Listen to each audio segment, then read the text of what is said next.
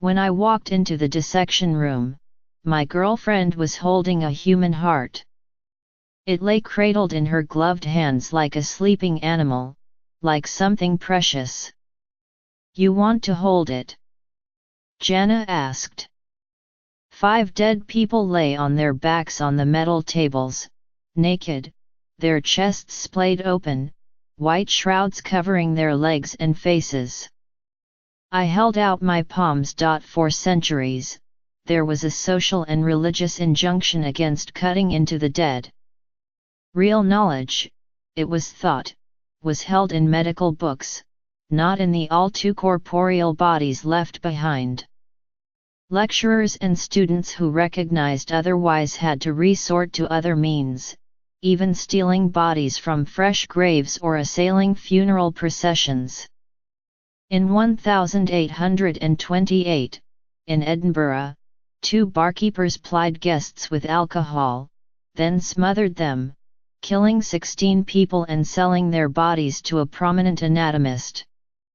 Particularly heinous murders were punished with not only execution but also dissection, punishment for not just the body but also the soul, as it was widely believed that an intact body was necessary to ascend to heaven. Demand drove the passage of legislation allowing the dissection of unclaimed bodies from hospitals and morgues, which, for generations, meant the bodies of the poor.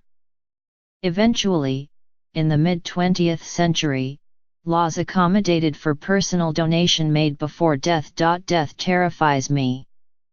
For years of my childhood, I woke up in the dark, my heart fast and my breath hard, seized by the realization that someday I'd die. They were panic attacks, I suppose, but they didn't feel like panic attacks, they felt true. Wasn't the rest of the time spent walking between school and home and pretending it was all permanent, that the sun wasn't burning me and my family and everyone I knew to dust and worm food the weird part, not the comparatively logical panic? As I grew older, I reasoned that maybe falling in love lessened the fear, maybe mortality was like a roller coaster, and having a hand to clutch made it easier. But the first time I fell in love, I again would wake in the night, terrified, suddenly aware that there was someone new to lose. At 38, I had never been with anyone longer than Jana.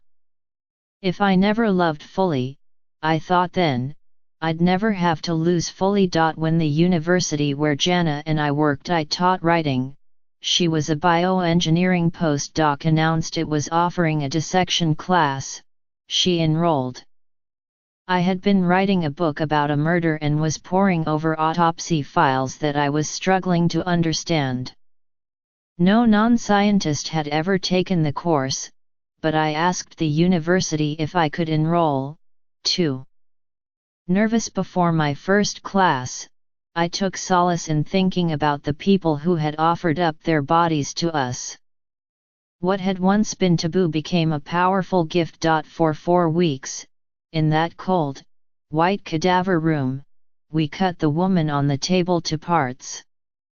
With a scalpel, I sliced open her back, then dropped chunks of her into a white Home Depot bucket we kept under the table, so her remains could be cremated and returned to her family.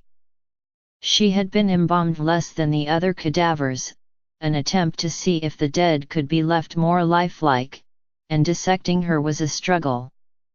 At times I had to rip fascia from muscles with my fingers. Once a piece of her skin hit my goggles. My scrubs dampened with grease stains where my body heat liquefied her fat. At night, stripping off my scrubs, I'd find bits of her embedded in the laces of my Converse sneakers. Was it she? It looked like jelly. Soon, when Jana and I slid into bed together at night, I could no longer press my face to the back of her neck or wrap my arms around her. When my lips touched the skin of her back, I'd flinch from the memory of carving the woman in the same place. When I cupped my hand around her and brought it to her breast, I'd remember scraping away the fascia that bound the woman's chest wall, peeling it back and watching the breasts lift away as well. I had braced my palm between her ear and nose and sawed through her face. The day I lifted her brain, pale pink and quivering, from the back of her skull, I walked the streets alone for an hour after, dazed. Her brain was as soft as jello. My thumb could have gone right through it. Jana and I broke up almost a year after that summer.